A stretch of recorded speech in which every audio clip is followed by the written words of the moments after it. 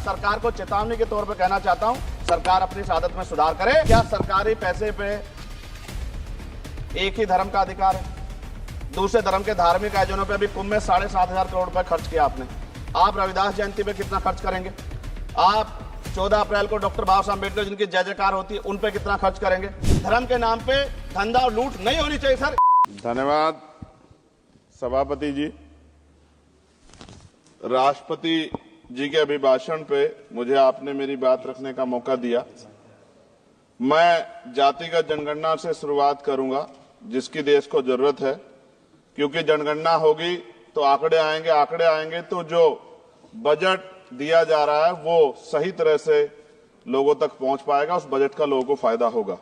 दूसरी बात, अयोध्या में 3 दिन तक पुलिस ने कार्रवाई नहीं की, इसका खामियाजा एक बेटी को अन्याय के रूप में उठाना पड़ा और मुख्यमंत्री जी यहां खड़े होकर राजनीतिक स्पीच में उस बेटी के अपमान का तमाशा बना रहे थे। ये बहुत दुखदाई है।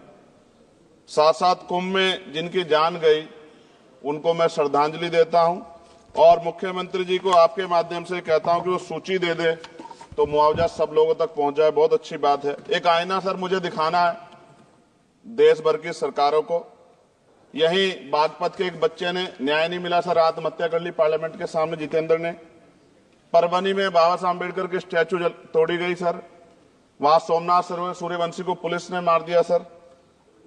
यहां पंजाब में सर, अमृतसर में बाबा साहब अम्बेडकर की प्रतिमा पे किस तरह का अपमान किया गया। गोरखपुर में 2 दलित बच्चों की हत्या हुई सर। सूरत में एक दलित बच्ची को फीस ना चुका कारण अपमानित किया गया, उसने सुसाइड कर लिया सर। झुंझुनू में राजस्थान में एक बच्चे की पिटाई की गई मटकी छूने पे सर दोबारा। कठुआ जम्मू में सर एक नाबालिग बच्ची का सामूहिक बलात्कार किया गया सर। साथ साथ सहारनपुर में भूमाफियाओं ने शमशान की भूमि को देवबंद में सर जबरन कब्जा करने की कोशिश की, गोलीबारी की सर। आजमगढ़ में सूरज की हत्या सर हो गई है और पुलिस बचाने काम करे अपराधियों को। सर SC ST को पहले जमीन मिलती थी पट्टों के रूप में, कई सरकार ने दी। उन जमीनों को पहले तो दबंगों ने कब्जा के रखा और अब उन जमीनों को सरकार भी छीन रही है सर। शहर में रहने वालों को SC ST को आवासीय पट्टे दिए जाने चाहिए। आजादी के 75 साल भी घर नहीं है, बाद भी SC ST के बच्चों को जो स्कॉलरशिप दी जाती थी, केंद्र और राज्य का आपसी विवाद है कि 60% आप दोगे, 40 हम देंगे। इस चक्कर में कई बार स्कॉलरशिप सब नहीं समय पहुंचती, मानसिक प्रताड़ना होती है, स्कूल परेशान करते हैं, कॉलेज। इसलिए मेरी राय है सर कि 0 बैलेंस पे उन बच्चों का एडमिशन कराया जाए। जब सरकार कुछ करना ही चाहती तो बच्चों को फायदा हो जाए। और देश भर में सर बहुत सारे छात्रावास बने हैं, लेकिन उन छात्रावास की स्थिति ऐसी है जर्जर, जैसे हमारे स्कूलों की है। इन छात्रावास का जीर्णोद्धार करा जाए, उनकी रख रखाव का ख्याल रखा जाए, क्योंकि यहाँ देश का भविष्य तैयार हो रहा है। और ऐसी हालात सर स्कूलों की है, स्कूलों के हालात आप देश भर में। मैं उत्तर प्रदेश से आता हूँ, जाके देखोगे नगीना क्षेत्र में सर अगर स्कूल गिर जाएगा किस दिन बहुत बड़ा हादसा हो जाएगा, कोई पूछने वाला नहीं है सर। बात OBC समुदाय की जाए सर, OBC समुदाय को वक्त आ गया है कि विधानसभा और लोकसभा में आरक्षण जो है सर मिलना चाहिए, जो उनकी पर्याप्त संख्या यहाँ लोकसभा में और सभी स्टेटों की विधानसभा में आ पाए, जो सामाजिक समानता की दिशा में जरूरी कदम है। OBC को भी SC ST की तरह सर प्रमोशन रिजर्वेशन मिले। OBC आरक्षण में जोड़ा गया सर असंवैधानिक है, क्रीमी लेयर उसको खत्म किया जाए। सरकारी स्वायत्त संस्थानों में भी सरकारी विभागों के समतुल्य पदों को चिन्हित किया जाए तथा उनकी समतुल्यता स्थापित की जाए, ताकि इन संस्थानों में कार्यरत OBC कर्मचारियों के बच्चों को भी आरक्षण का लाभ मिल जाए। सर पत्रकार सुरक्षित नहीं है।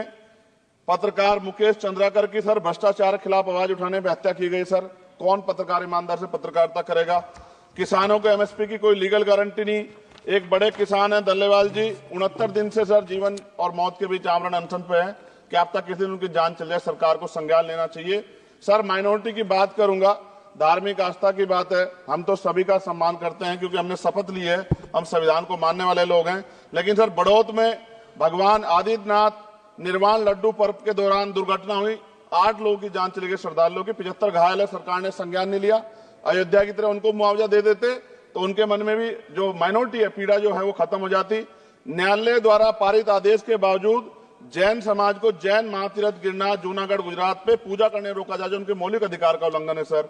बरेली में सार्वजनिक रूप से हजरत पैगंबर मोहम्मद साहब के खिलाफ सार्वजनिक अपमानित गाने चलाए गए, क्या सर मुसलमानों की धार्मिक आस्था का सम्मान नहीं होना चाहिए?